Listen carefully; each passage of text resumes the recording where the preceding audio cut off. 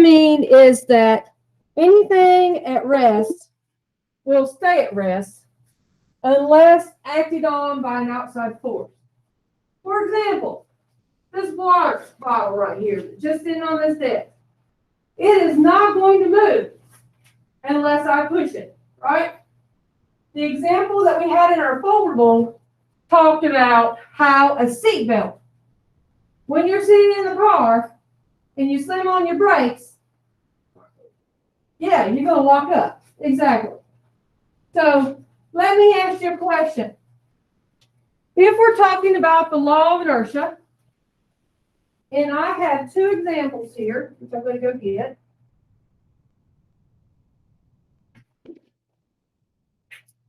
Now, if I have this bowling ball, and I have a tennis ball, okay? And I ask you to go and take both of those outside and roll them down the hallway, okay? Now, if I have both of these are going to kind of sit here unless it's acted by an outside force, right? Now, I'm the outside force. What do you see the difference between the bowling ball and that little ball right there? Which, I'm going to tell you the bowling ball has more mass, exactly. I want to also tell you that this little ping pong ball is very, very light. If I threw them, which I did, I threw them at the same force. This bowling ball is not going to go as far as this little ball here, right? It's not, because of mass. All right? So let's go ahead and see what else we have here. Law of inertia. So it says, an object that's not moving or as at rest will stay at rest. So write that down. Do you agree? That bowling ball and that little bouncy ball did not move unless I touched it. This one here. Yeah.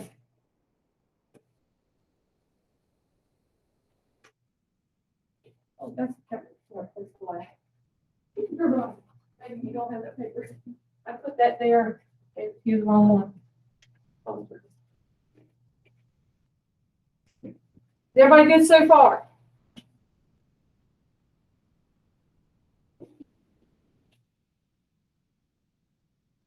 So do you agree? This object's going to stay here unless I act upon it. Now, when we were doing free body diagrams, if I took this bowling ball and I dropped it, and I asked you to draw a free body diagram, what would it look like?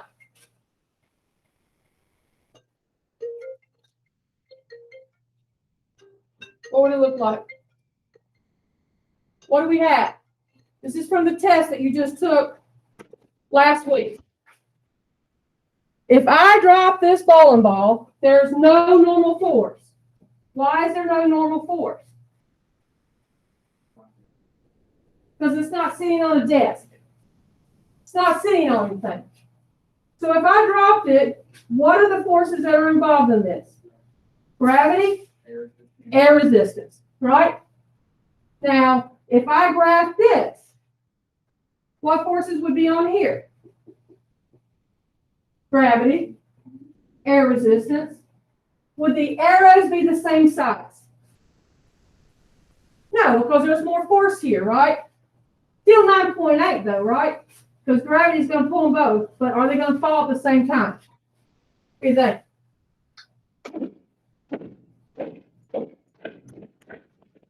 Which one fell first? Bowling ball. Why? Because I had more mass.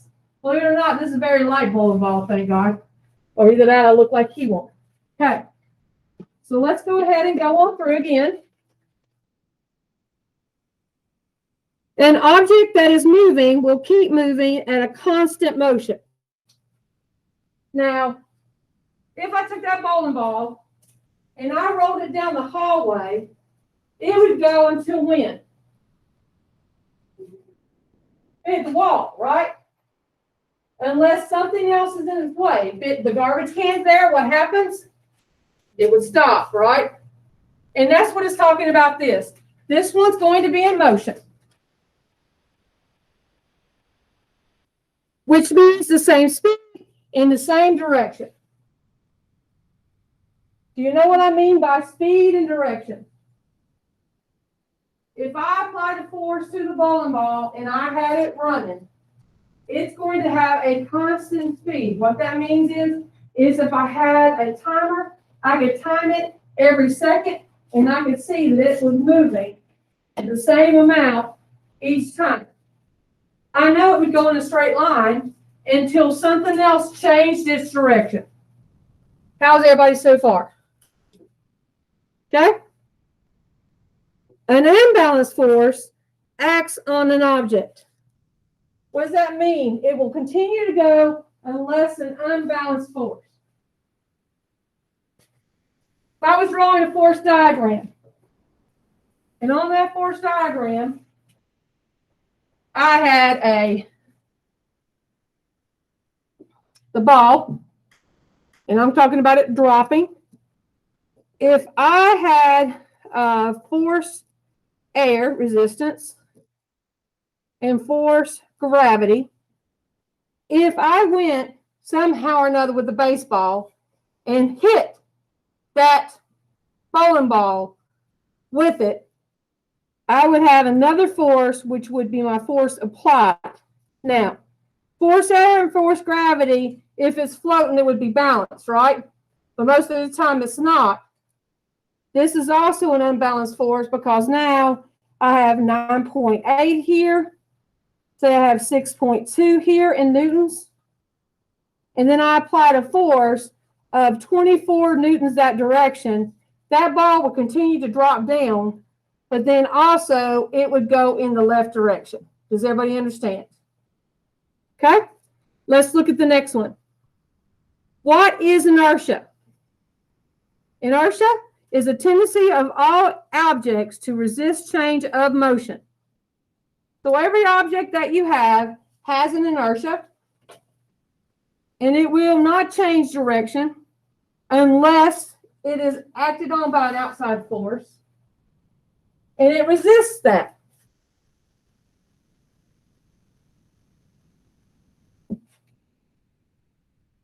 What is the property of an object determines how much inertia it has is the mass itself. And we know that just by that example of the bowling ball and the little sponge ball, okay? So I'm going to put here example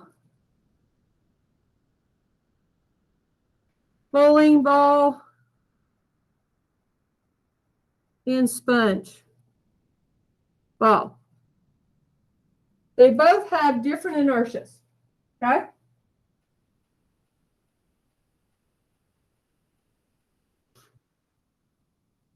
Which of the following has more inertia? So it gives me a couple of examples here.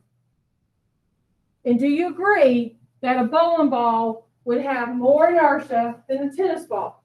Why? Because it weighs more. How about the other example? Why do you think it is more from one to another? What are the two objects beside the bowling ball and the tennis ball? Yeah.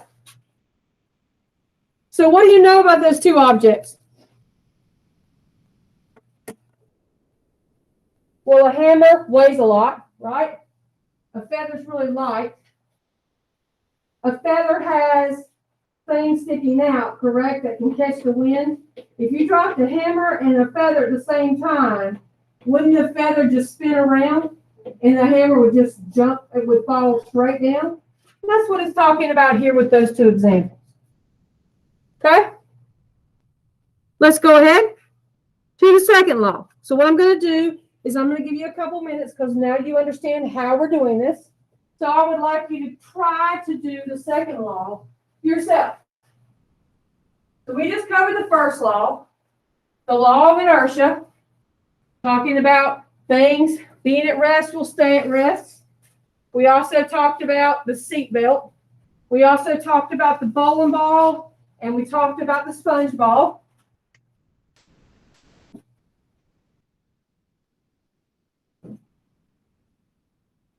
I would like you to use your foldable, please, to see if you can figure it out.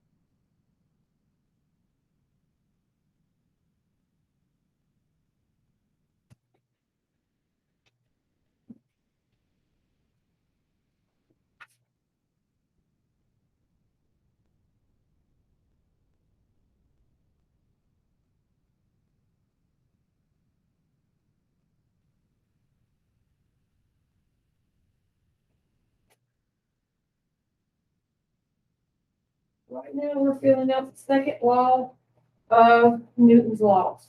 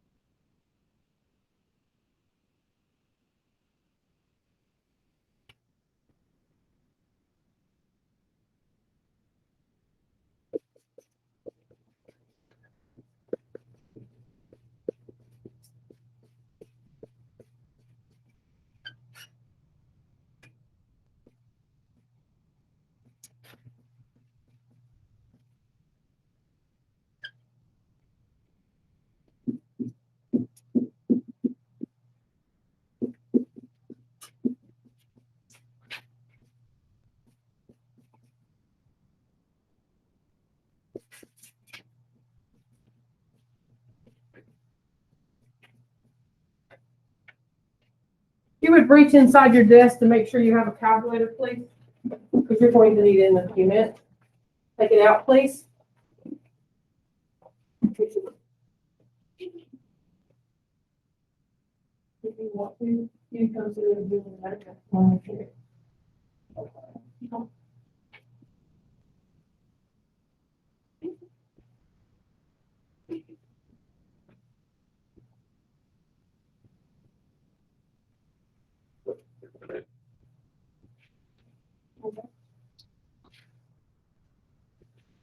All right, so let's check your answers. Newton's second law. Newton's second law of motion is known as the law of force and acceleration. I think we put down the law of acceleration only, but it is also force. Makes sense to you because of the diagram. Newton's second law says that when an unbalanced force is applied to a mass, it causes it to accelerate. The greater the force that is applied, the greater the acceleration. The lesser the force that is applied, the less the acceleration. If the same force is applied to an object with a large mass, it will be lesser acceleration. If the same force is applied to an object with a small mass, it will have greater acceleration. Did you notice that I underlined large and small so that I could keep them together? The equation they use to solve the second law of problems are F equals m times A. F stands for force, m stands for mass, and A stands for acceleration. In this last part, you don't know, probably. We have done newtons before because we have done force before in newtons. Mass is in kilograms. Why do we use kilograms? Because that's what our triple beam balance weighs us at, okay? And then at the very end, it asks us and it tells us that acceleration is mass divided by second squared. Is everybody good? What I would like you to do is I would like you to flip your paper over, and we are going to work these problems together. So go ahead and get your calculator out. See if you can start doing those by yourself.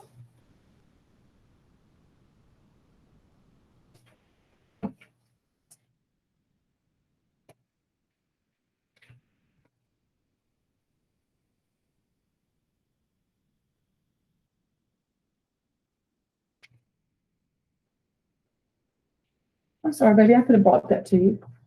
I apologize.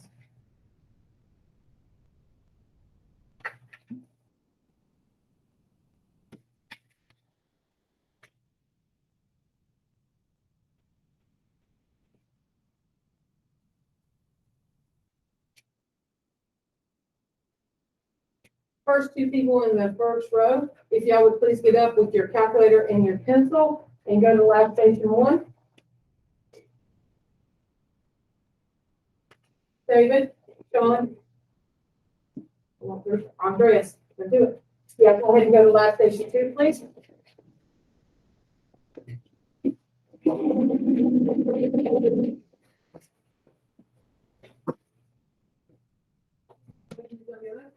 There, please. Y'all are going to be there. Coming.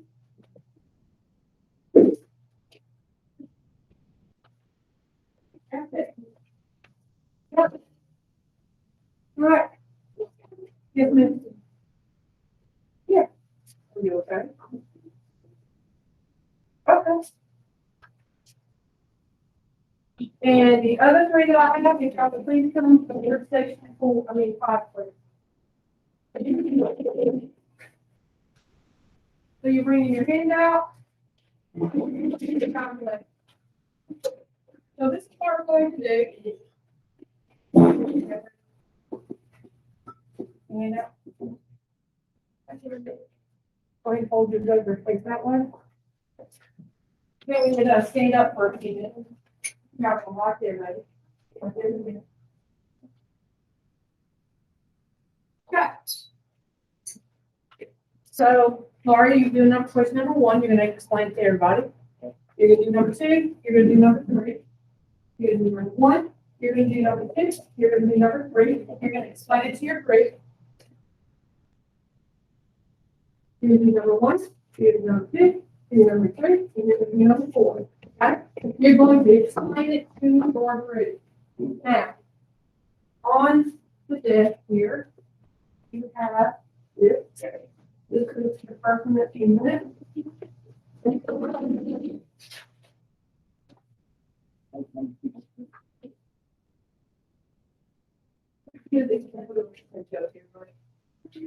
All right, man. All right, I'm going to give you this. And this is the speaking tool. Right over here, that's what you can show to everybody. All right, guys. Thank you, sir. Let's see those guys right there.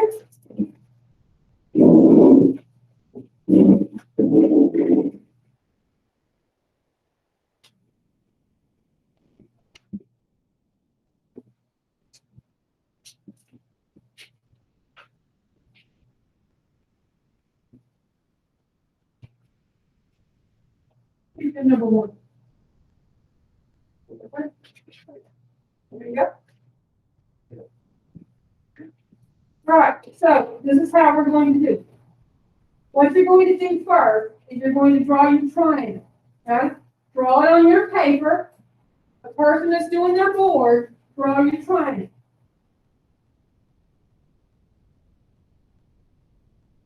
You need to make it big so everybody can see it. Label your triangle on your paper. Fantastic. Okay? The next thing you're going to do, the person that's number 1 is going to read the question out loud. They're going to tell you what variables we're using, what equation we're going to use, and they're going to solve it. Those of you that are waiting patiently, you're doing it yourself to double check yourself. You're working, yes, sir. They're working, and then when they show you the answer, you're either going to agree, you don't really know, or you're going to disagree. After one's gone, the number 2 and number 3. Questions, anyone? All right, go ahead.